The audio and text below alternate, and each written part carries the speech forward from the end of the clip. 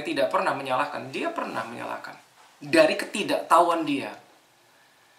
Nah, kalau saudara baca 3, ayat 3 terus sampai 37, saudara tahu ada kawan-kawannya Ayub, 4 orang datang menghibur Ayub, ya. Mereka datang menghibur Ayub, 4 orang kawannya. Bildad, Jofar, Elifaz sama Elihu. Ya. 3 orang diantaranya, ya, 3 orang yang pertama kawannya itu datang untuk menghibur, itu tidak menambah baik kondisinya.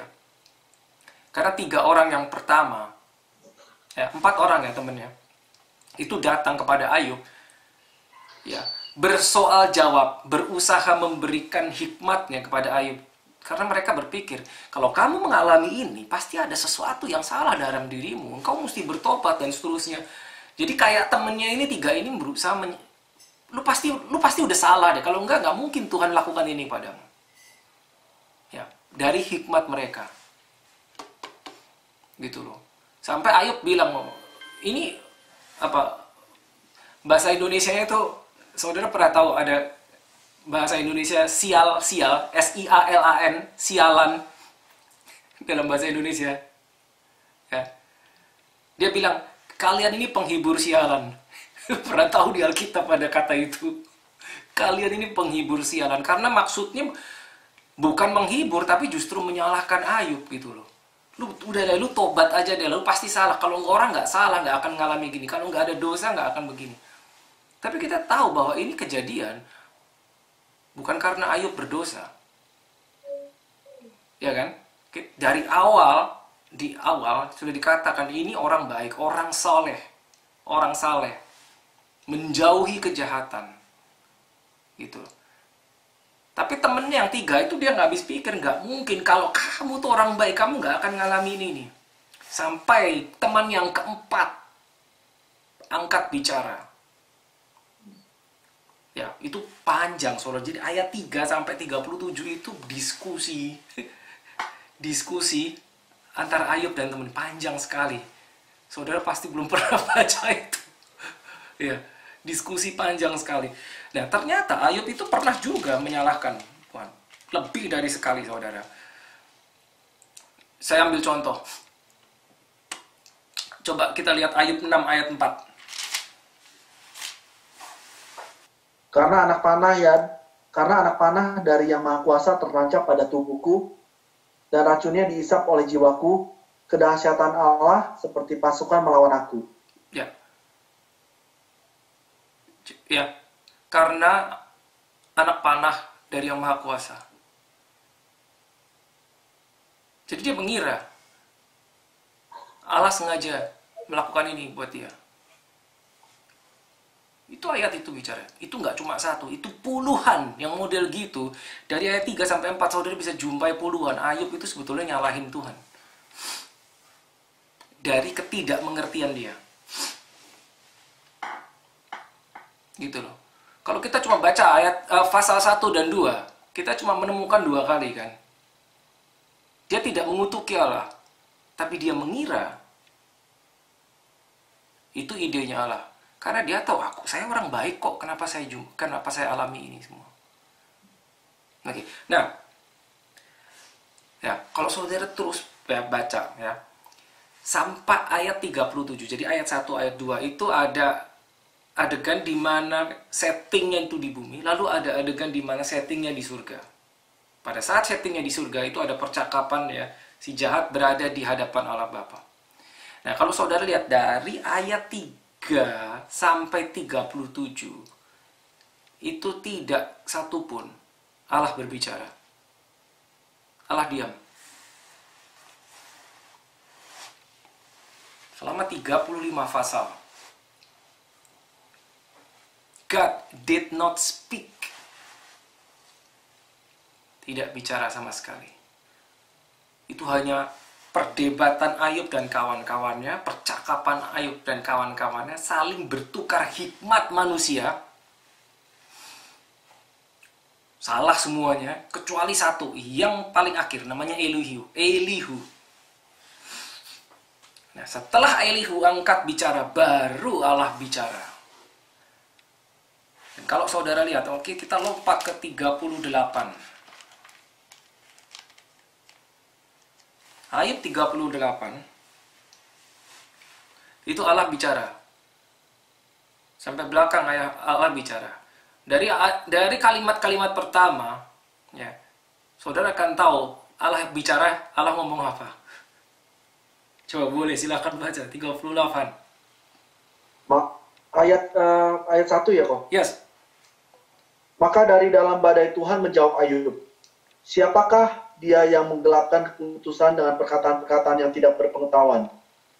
Bersiaplah engkau sebagai laki-laki. Aku akan menanyai engkau supaya engkau memberitahu aku. Yes.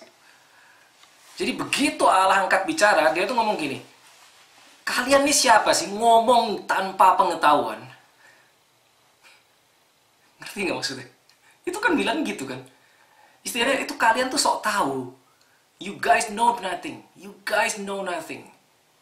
Kalian itu hikmatnya tuh tidak ada apa-apanya. Siapa itu? Gitu. Lalu kalau saudara baca 38-39, pada saat Allah bicara tuh dia, coba boleh lanjut sedikit ya, boleh lanjut Alex. Di manakah engkau ketika aku meletakkan dasar bumi? Nah, tuh. Ceritakanlah kalau engkau mempunyai pengertian. Siapakah yang telah menetapkan ukurannya? Bukankah engkau mengetahuinya? Nah, Atau coba. siapakah yang telah merentangkan tali pengukur padanya? Ya, coba. Nah, itu. Kayak kalian ini ngomong apa sih, sok tahu banget. Emang pada saat aku bikin bumi itu kalian udah ada apa? Di mana kalian gitu loh? Ditantangin sama Allah. Hikmat kalian itu yang kalian perdebatkan tadi itu salah semua.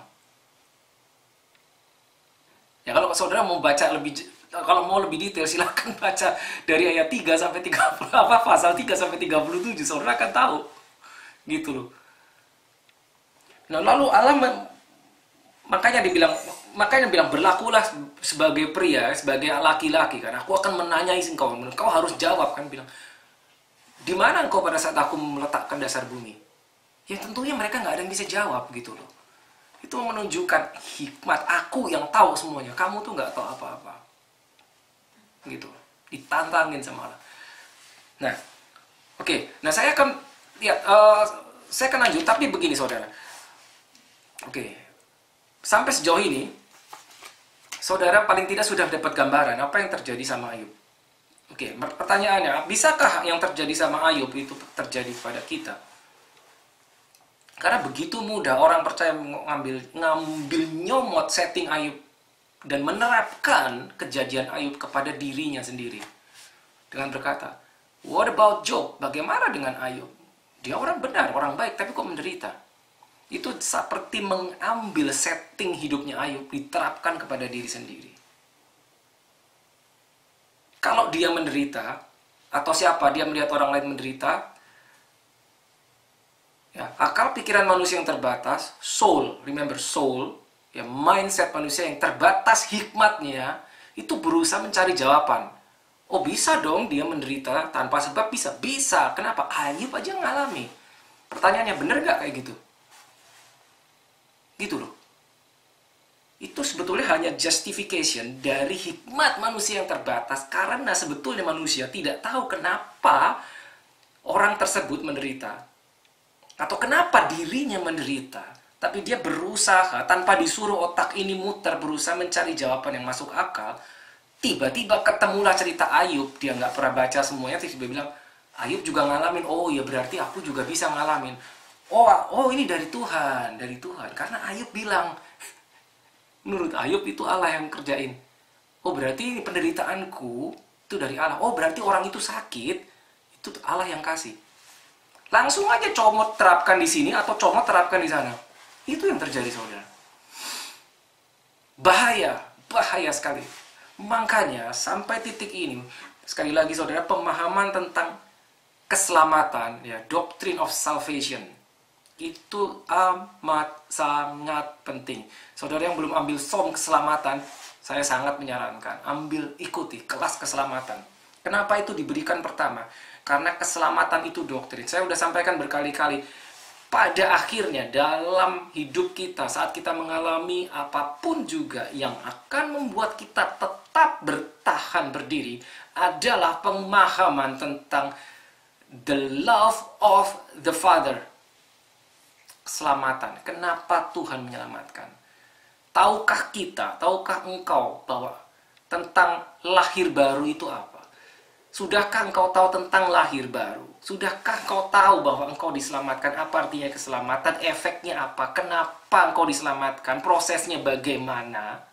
Sudah tahukah engkau bahwa engkau disebut ciptaan baru? Bedanya ciptaan baru sama ciptaan lama itu apa? Sudah tahukah engkau bahwa engkau under the new covenant? Bedanya new covenant sama old covenant itu apa? Disebut new berarti ada yang old. Tahukah? Gitu loh. Itu dia. Tahukah apa yang terjadi di atas salib? Kenapa harus salib? Ya, kita pernah bahas. Kenapa harus darah? Apa yang dilakukan Yesus? Kenapa? Sebabnya itu nggak boleh lupa. Gitu. Penting, krusial. Oke, 2 Korintus 5 ayat 17. Mari. Ya, kita singgung sedikit tentang salvation. 2 Korintus 5 ayat 17. Boleh, anyone? Jadi siapa yang ada di dalam Kristus, dia adalah ciptaan baru. Yang lama sudah berlalu, sesungguhnya yang baru sudah datang. Good. Siapa yang ada di dalam Kristus? Kristus. Adalah apa? Ciptaan baru. Ciptaan baru. Ya, oke. Saya tanya saudara, apakah saudara ciptaan baru? Yes. Berarti saudara ada di dalam Kristus. Yakin ya? Yakin. Ya, saudara ciptaan baru. Berarti saudara ada di dalam Kristus. Ayat ini bilang. Ya. Ya, pada saat saudara menjadi baru, berarti dikatakan ayat ini apa? Yang lama sudah berakhir. Apa itu yang lama? Adalah kehidupan di dalam DNA Adam. Pada saat engkau lahir baru, DNA-mu DNA Kristus. Bukan DNA Adam. Maka disebut lahir baru, manusia baru, ciptaan baru. Yang lama berlalu. Yang baru sudah datang. 2 Korintus 5 ayat 17. Don't you ever forget. Ingat baik-baik. Nah, saya tanya. Saudara di dalam kategori ini, 2 Korintus 5 ayat 17. Pertanyaannya, Ayub ada di sini nggak? Enggak. Tidak. Ayub itu sebelum Yesus. Ini hanya bisa dialami orang-orang yang setelah Yesus.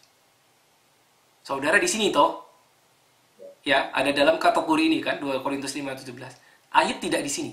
Tidak. Beda berarti? Beda. Oke, Galatia 2:20. Namun aku hidup, tetapi bukan aku lagi sendiri yang hidup, melainkan Kristus yang hidup di dalam aku. Dan hidupku yang kuhidupi sekarang di dalam daging adalah hidup oleh iman dalam Anak Allah yang telah mengasihi aku dan menyerahkan dirinya untuk aku. Ya. Ya kan? Itu bilang apa? Namun aku hidup, tapi bukan aku yang hidup, tetapi apa saudara? Kristus yang hidup di dalam aku. Kristus hidup dalam. Oke, saudara yakin Kristus ada di dalam engkau? Yakin. Pertanyaannya, Kristus ada di dalam Ayub nggak? Enggak. Nggak, berarti beda tak? Tidak. Beda, oke. Beda, pasti beda. Oke, banyak ya. Ini sebetulnya ayat-ayat ini yang adalah ayat yang saudara harus ingat. Saudara harus ingat terus. Dalam arti apa? Hafalin. 2 Korintus 5:17 itu habisnya. 2 Korintus 5:17 itu menarik. 2 Korintus 5:17 lalu lompat 2 Korintus 5:19 dan 2 Korintus 5:21. Ya. Ya. Kalau saudara mau hafalin ayat, itulah ayat-ayat yang menyatakan engkau manusia baru. Engkau bukan manusia lama. Oke. 2 Korintus 5:17, 2 Korintus 5:19, 2 Korintus 5:21. Ya, lalu Galatia 2:20. Nah, coba kita ke Roma 5.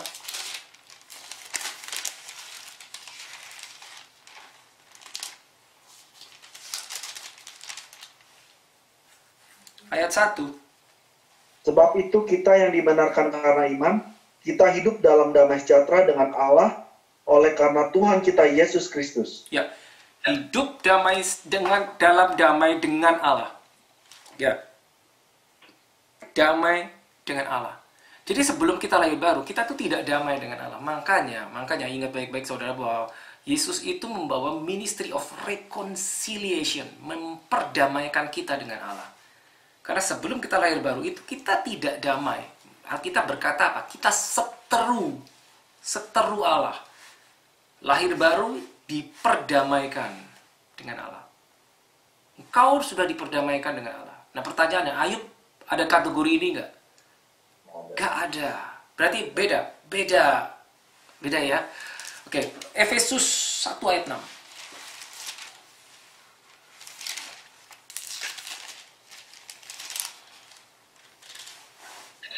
Supaya terpujilah kasih karunia-Nya yang mulia, yang dikaruniakannya kepada kita di dalam Dia, yang dikasihinya. Ya, tapi ini Efesus 1 ayat 6 sayangnya sedikit beda dengan yang bahasa Indonesia. Boleh ada yang pegang King James atau New King James? Efesus 1 ayat 6 bahasa Inggris. To the praise of the glory of His grace, by which He has made us accepted in the beloved. Accepted in the beloved. Accepted. Engkau diterima. Accepted itu apa? Engkau diterima. Diterima oleh siapa? Diterima oleh Allah. Diterima oleh Bapa. Diakui. Accepted in the beloved. Di dalam kumpulan orang-orang benar. Orang-orang percaya. Ayub ada di kategori itu enggak? Enggak ada. Berarti beda lagi. Beda. Roma 8:32. Ia yang tidak menyayangkan anaknya sendiri, tetapi yang menyerahkannya bagi kita semua. Bagaimanakah mungkin Ia tidak mengaruniakan segala sesuatu kepada kita bersama-sama dengan Dia? Dia mengaruniakan anaknya, mengaruniakan Yesus kepada kita. Bagaimana mungkin Dia tidak mengaruniakan sisanya selebihnya? Karena Yesus saja diberikan kepada kita. Nah, Ayub ada di situ gak kategorinya? Gak ada, saudara. Nah, oke, sekarang kita lihat perbedaan-perbedaan mendasar antara Ayub dan kita sebagai orang percaya. Nomor satu, saudara. Perbedaannya ini akan menjelaskan kenapa kita tuh tidak bisa mengambil setting Ayub, kehidupan Ayub, lalu kita terapkan dalam diri kita, atau kita terapkan dalam kehidupan orang percaya. Nggak bisa ternyata, saudara. Nggak bisa. Ya. Nomor satu, perbedaannya apa sih kita sama Ayub? Nomor satu, ya, Ayub tidak memiliki covenant dengan Allah. Covenant.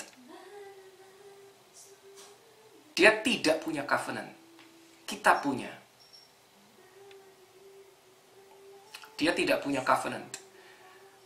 Nah, pertanyaan, what is covenant? Saudara tahu apa itu covenant?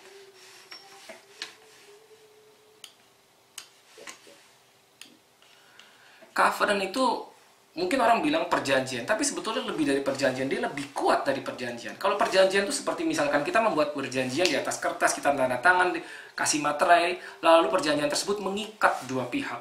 Tapi kalau covenant itu lebih kuat dari itu, saudara.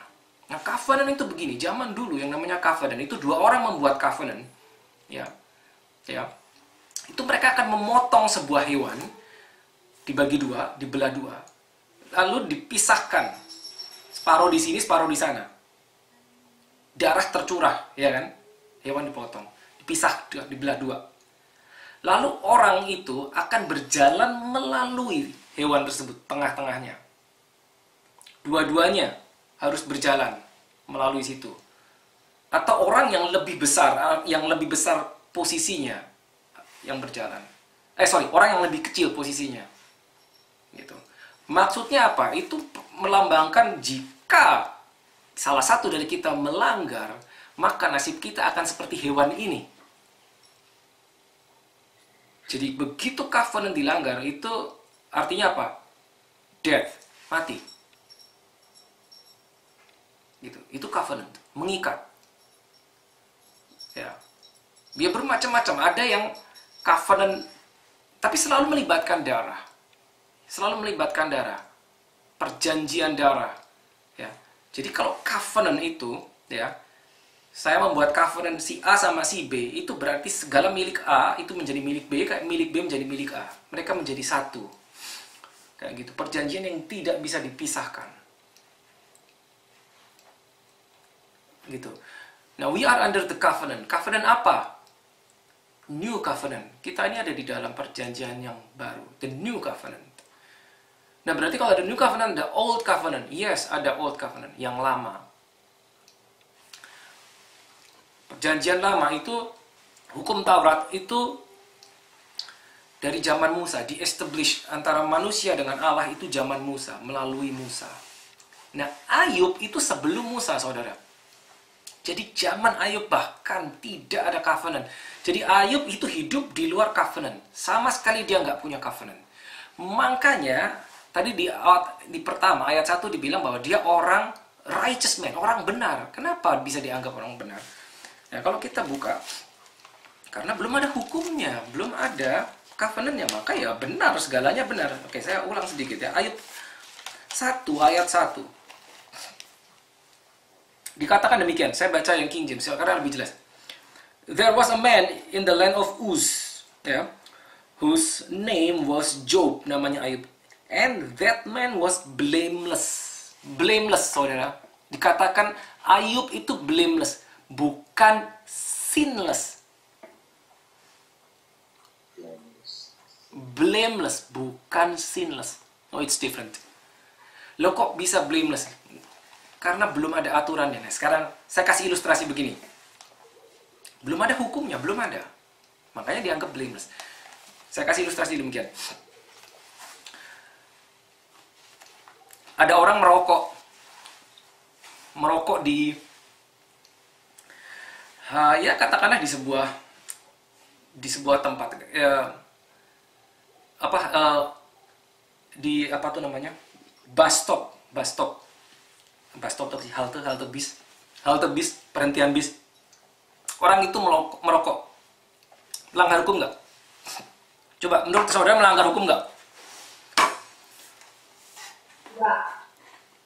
Orang merokok di stasiun. Enggak, tidak melanggar hukum. Orang merokok di kereta melanggar hukum nggak dalam kereta? Tidak.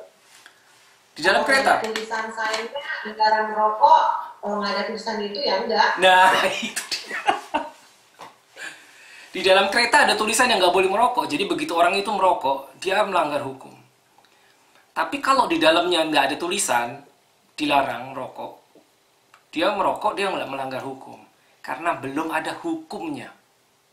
You got that? Covenant itu, zaman Musa itu isinya set, rules, peraturan-peraturan.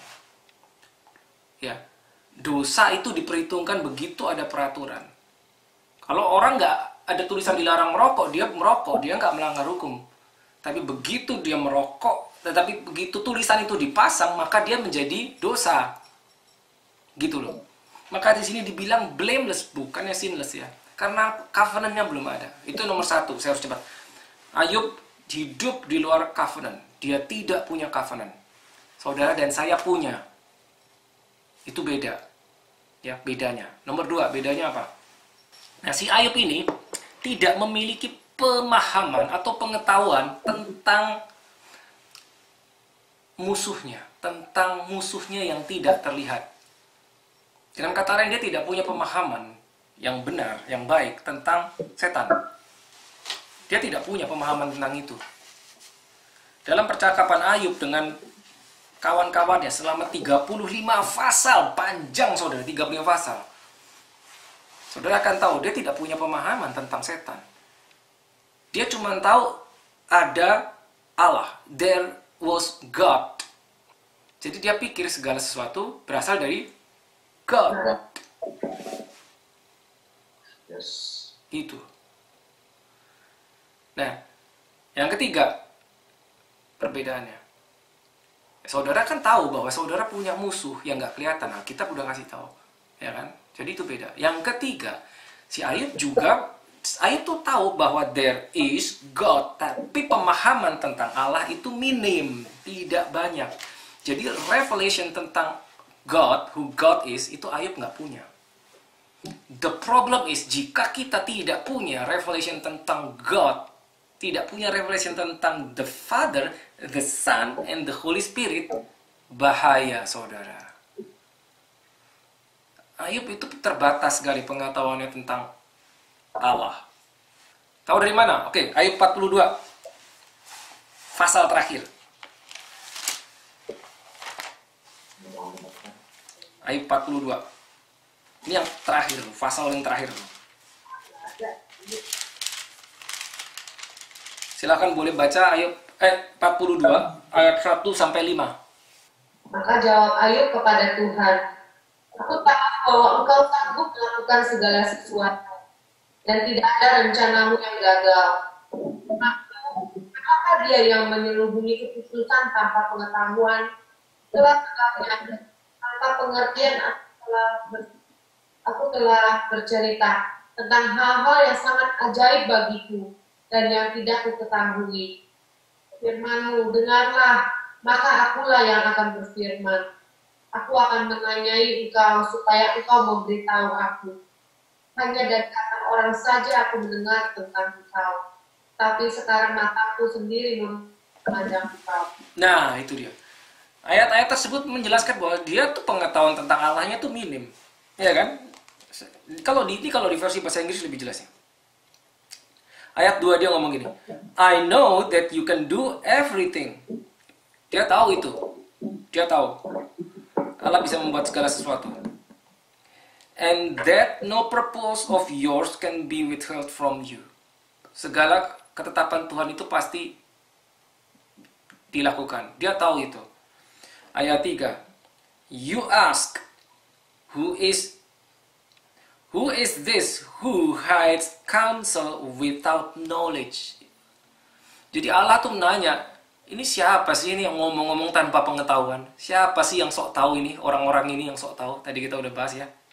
Ya, therefore I have uttered what I did not understand. Oleh karena itu, saya telah mengatakan hal-hal yang saya tidak pahami. Itu Ayub yang ngomong. Aku telah ngomong sesuatu yang aku tuh nggak ngerti sebetulnya. Dia ngomong gitu. Lalu ayat 5-nya, ini penting sekali. I have heard of you by the hearing of ear, but now my eyes sees you. Dia baru ngomong, sekarang aku tahu. Tadinya aku cuma denger doang. Jadi dari pasal 1 sampai 41, selama 41 pasal itu si Ayub tuh ternyata tentang Allah itu minim. Sampai Allah sendiri ngomong sama dia mulai di pasal 38. Gitu. Yang keempat, yang jelas-jelas beda antara kita dan Ayub adalah apa? Ya, Ayub tidak lahir baru, saudara. Itu yang sangat beda. Jadi dia tidak bisa dinyatakan sebagai righteous man. Righteous man. Ya, karena untuk membuat kita righteous itu ya hanyalah bisa dilakukan oleh darah Yesus. Oke, berikutnya. Nomor 5, Ayub tidak memiliki ya spiritual weapons, senjata Allah. Dia nggak punya. Saudara punya. Saudara punya. Efesus 6 ayat 10-18. Ya, Efesus 6 kalau saudara buka ayat 10-18. Itu segenap senjata Allah, selengkap senjata Allah. Ada di Efesus 6 ayat 18. Kita belum pernah bahas itu, saudara. Ada 7 senjatanya. Do you know your weapons? Ada 7. Karena dikatakan kenakanlah selengkap senjata, segenap senjata, bukan sebagian. Ada 7. So if you don't know, you have 7. Mungkin jangan-jangan saudara baru pakai 1 atau 2. If you don't know, there are 7 of them. Ada 7. Ayatnya bilang, kenakanlah segenap, selengkap senjata. Berarti apa? Semuanya harus dipakai. Nggak bisa 1, 2, 3. Nggak bisa semuanya. Silakan baca sendiri Efesus 6 ya, nanti dari ayat 10. Ayub nggak punya. Ya, dia nggak punya firman Tuhan, nggak punya. Kita punya, saudara punya. Dia nggak punya. Dia nggak punya nama Tuhan. Dia nggak bisa ngomong dalam nama Yesus. Nggak bisa. Nggak bisa. Kita bisa. Jadi beda, saudara. Beda. Lanjut. Nah ini penting. Nomor 6.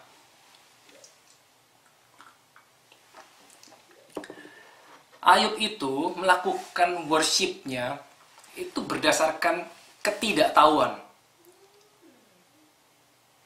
Dikatakan kalau ada kata di dalam kitab Ayub dikatakan dia menyembah atau memuji Tuhan, worship God, itu based on what he did not understand. Nah, if you worship God based on what you understand, ya, makanya worship with understanding is crucial, ya. 2 minggu lalu saya share di PW meeting, ya, training praise and worship, ya, worship with understanding, crucial. Tahu dari mana Ayub itu worship without understanding? Karena dia ngomong. Oke, Ayub 1 ayat 5.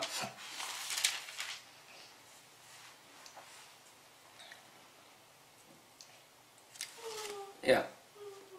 Boleh sekali lagi dibaca Ayub 1 ayat 5.